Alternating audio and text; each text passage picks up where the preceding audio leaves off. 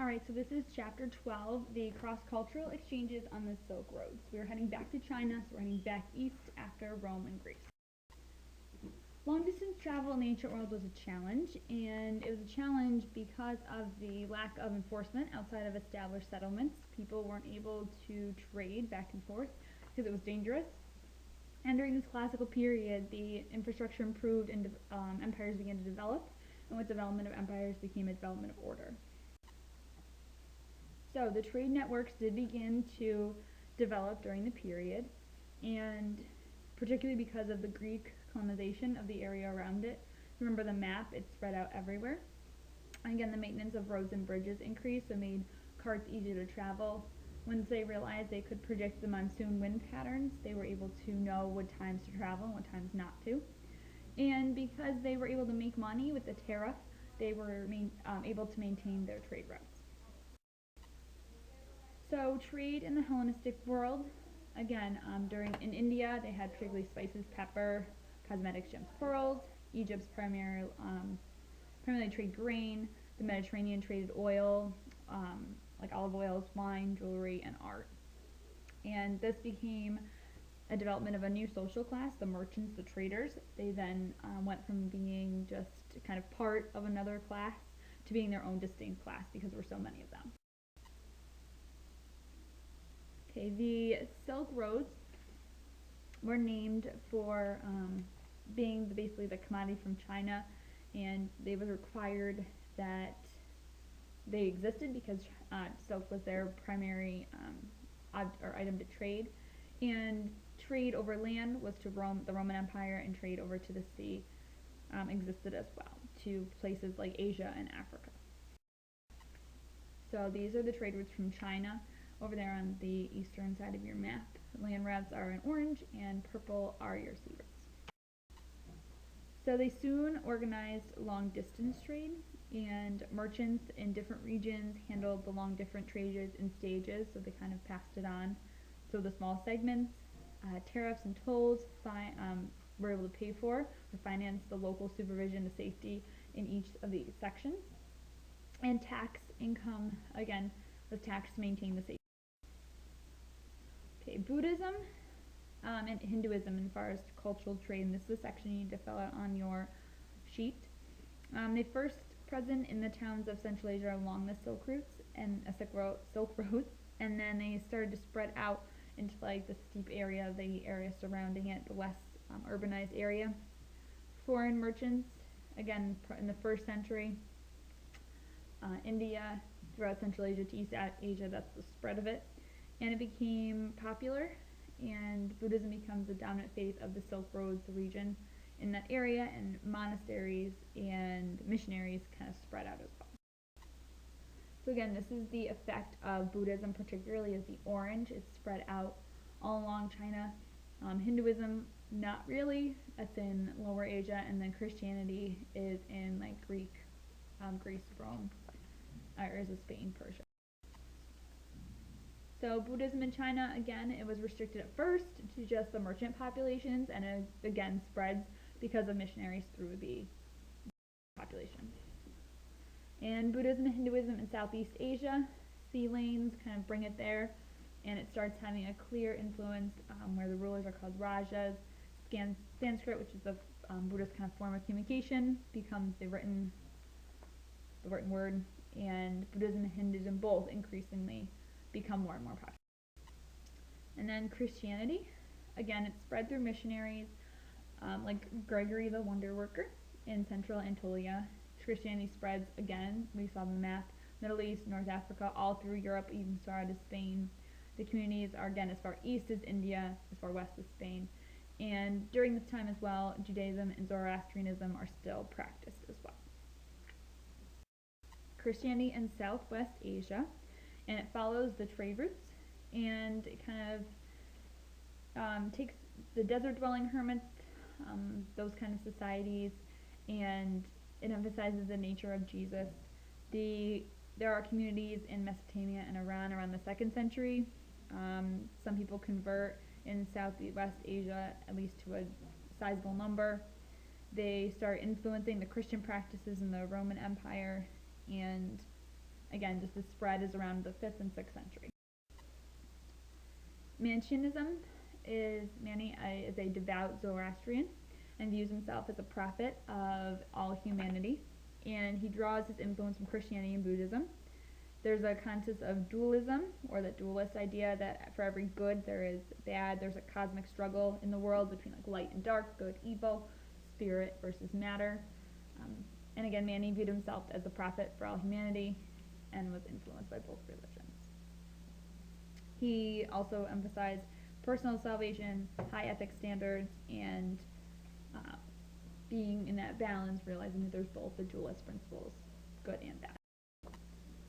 And in this society, they had one which was the elect, and they lived like an ascetic lifestyle. They lived like with celibacy, so no sex. They lived vegetarianism, so no eating animals. They lived a life of prayer. They fasted, and they don't eat. And the laity were the hearers, and they support the elect. Eventually, this will decline through as it spreads through the Silk Roads. They kind of Zoroastrian opposition kind of ends up persecuting them. The leader Mani is arrested and dies in captivity, and the Romans, fearing the Persian influence, also are persecuted. With this trade, just like you've learned how Christopher Columbus brought it to the Americas, the spread of disease also travels around the trade routes. So problems such as like pathogens like smallpox, measles, bubonic plague all become an issue. The Roman Empire itself drops a quarter by the 1st to 10th centuries. So in the first 10 centuries, it drops a quarter, so 25%.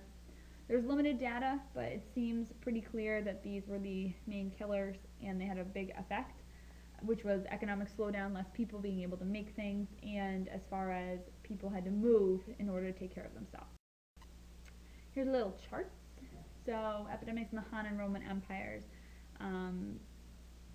Again, these are the millions of people population. So China stayed pretty consistent, although there was a drop, especially between 200 CE and 600 CE. And then over the population for the Romans, a big drop from 60 down to 40 by 400. So there's an internal decay of the Han state, and basically these epidemics are weakening the empires, and their economies kind of contract. There are problems in the courts system. People are having issues with land distribution, so people with a lot of land develop their own armies to defend them. Again, the epidemics are a problem: measles, smallpox, bubonic plague, and peasants also start rebelling against their the Han dynasty will collapse. The generals will assume authority and reduce the emperor to just a puppet figure, so a figurehead, kind of like how the Queen of England is like a figurehead, doesn't make a lot of decisions. The alliance with the landowners is one of the main things to stop that fighting. The Han dynasty is abolished by 200 CE and replaced by the 3 kingdoms that you see in the map, the purple, the orange, and the green. And immigration of the northern nomads increase. So they start to come into this new desensitization of nomadic people.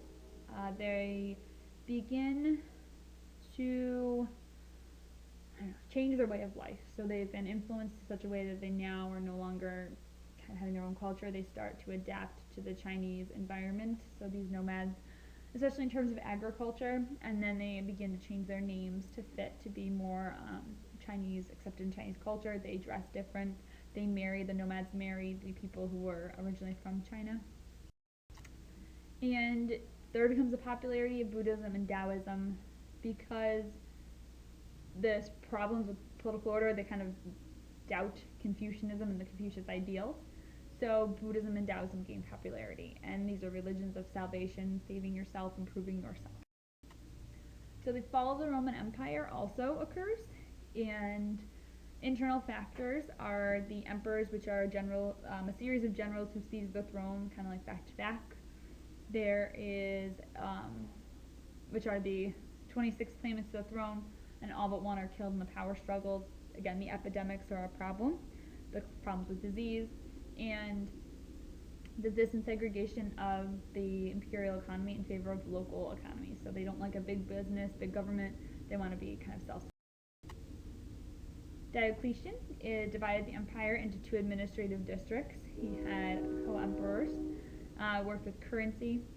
Again, relative stability disappears after he dies, and then a civil war follows, and Constantine, who you'll hear a lot about, emerges as victorious after.